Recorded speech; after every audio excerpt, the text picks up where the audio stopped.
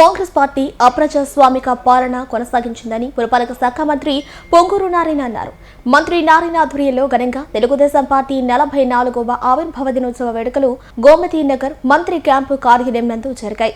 నేతలతో కలిసి మంత్రి నారాయణ పార్టీ జెండాను ఆవిష్కరించారు. ఈ సందర్భంగా ఆయన మాట్లాడుతూ ఎన్టీ రామారావు ఆత్మగౌరవ నినాదంతో 1982లో తెలుగుదేశం పార్టీని స్థాపించారని, పార్టీ పెట్టిన 9 నెలల్లోనే కాంగ్రెస్ పార్టీని మట్టి కల్పించారని తెలిపారు.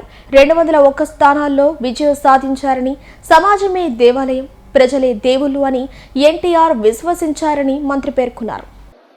ఈరోజు నెల్లూరు సిటీ కాన్స్టిట్యున్సీ పార్టీ ఆఫీసులో తెలుగుదేశం జెండా ఎగురవేయడం జరిగింది.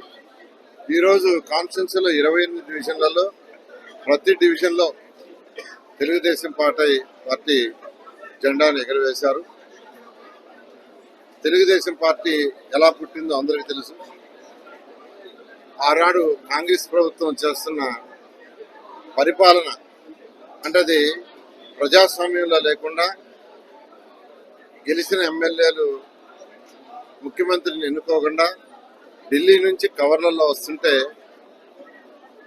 అది తెలుగువారి ఆత్మగౌరవం కరెక్ట్ కాదనే ఉద్దేశంతో స్వర్గీయ ఎన్టీ రామారావు గారు 1982 మార్చి 29 పార్టీ పెట్టడం కేవలం 9